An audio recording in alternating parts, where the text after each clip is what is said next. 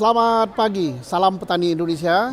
Sekarang jumpa lagi di akun Susno Duaji, akunnya petani kampung, pariwisata, dan berita-berita menarik. Sekarang saya berada di Saigon, namanya sekarang Ho Chi Minh City. Saya sangat tertarik dengan objek ini. Ini namanya Post Office.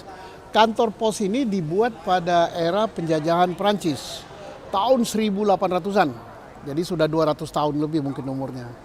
Nah, mereka itu pinternya, kantor pos yang lama, yang sudah antik begini, tidak dimusnahkan, tapi tetap dipelihara. Tapi karena kegiatan kantor posnya tinggal sedikit, sebabnya kalah dengan komunikasi modern, medsos, WA dan sebagainya. Jadi kantor pos ini sebagai objek wisata. Begitu cara mengirim surat, begitu cara ngirim telegram, masih ada di sini. Tetapi di pinggir, di luarnya itu menjadi objek wisata.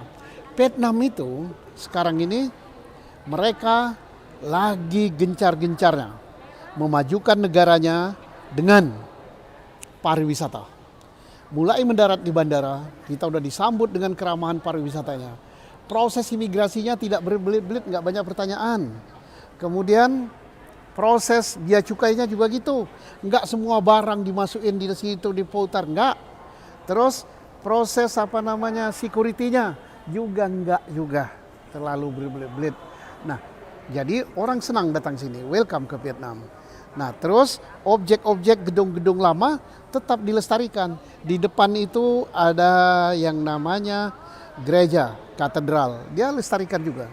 Kemudian kantor pos ini sudah penuh dengan tempat-tempat yang menarik. Di sini counter-counter untuk perdagangan barang-barang kerajinan, kemudian untuk kafe gitu, orang mau ngopi. Kenapa? Kopi di sini sangat-sangat bagus karena Vietnam penghasil kopi terbesar juga.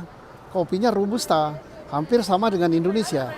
Dia penghasil karet terbesar di dunia, Indonesia nomor 2. Penghasil kopi terbesar juga, kopinya robusta, tapi di sini kopi tidak dikuasai oleh kapitalis. Kita nggak akan ketemu di sini dengan Starbucks. Di sini ketemu kopi-kopi merek lokal Vietnam, dan rasanya luar biasa. Kemudian bank, banyak sekali investor perbankan di sini. Segala macam bank-bank internasional ada di sini. Kemudian pabrik luar biasa. Dan termasuk pabrik di Indonesia, Nikkei pindah ke sini. Mengapa mereka pindah ke sini? Pertama, di sini ada kepastian hukum. Nggak kayak di Indonesia, izinnya susah benar. Kedua, perizinan gampang. Ketiga, tanah tidak bersengketa. Saya berdiskusi dengan partner di sini. Saya tanya, bagaimana mengenai tanah di sini? Oh, don't worry katanya. Saya bilang, kenapa tanah don't worry? Tanah dikuasai oleh negara. Kalau negara sudah memberikan begini, okay, tidak ada problem di tanah. Negara menjamin. Ya kalau kita sertifikat bisa tumpuan, bisa 2, bisa 3 gitu. Nah itu yang menyebabkan orang tidak yakin gitu, males gitu. Boro-boro investor luar negeri, investor dalam negeri pun, wah. Terus di sini negara hadir. Saya tanya, apakah di sini ada gangguan preman kayak di Indonesia atau gangguan-gangguan lain? Dia katakan tidak. Kalau ada gangguan, kita tinggal lapor kepada aparat yang akan datang dan langsung orang itu diciduk. Jadi nikmat sekali berusaha di sini, nikmat sekali investasi di sini. Inilah yang harus dicontoh oleh Indonesia. Kepastian hukumnya, kemudian kecepatan perizinan, kemudian masalah pajak. Pajaknya nggak cari-cari, orang pajaknya enak gitu. Kemudian masalah tenaga kerja, jarang sekali terjadi unjuk rasa tenaga kerja di sini. Boleh dikatakan tidak ada, tidak ada. Gajinya ya karena di sini semua barang harganya murah, gajinya jauh lebih murah dari Indonesia. Hotel saja, kemarin saya nginap di hotel bintang 4 gitu, tengah kota. Kalau dirupiahkan hanya 600.000, hotelnya mewah, makanannya luar biasa. Transport, pesawat Vietnam Airlines itu Garudanya sini.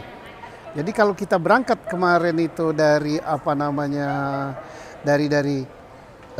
dari Ho Chi Minh mau ke Hanoi itu murah sekali, hanya 1 juta berapa gitu. Bayangkan jarak tempuh 2 jaman. Bayangkan dengan pesawat dalam negeri kita, jarak tempuh 2 jaman berapa juta. Nah, inilah yang mereka cara menghidupkan ekonominya. Nanti saya lanjutkan lagi, nanti akan kita lihat foto-fotonya bagaimana merubah kantor pos, merubah bangunan-bangunan lama menjadi objek wisata dan menghidupkan UMKM. Silakan dipoto. Nanti balik sini.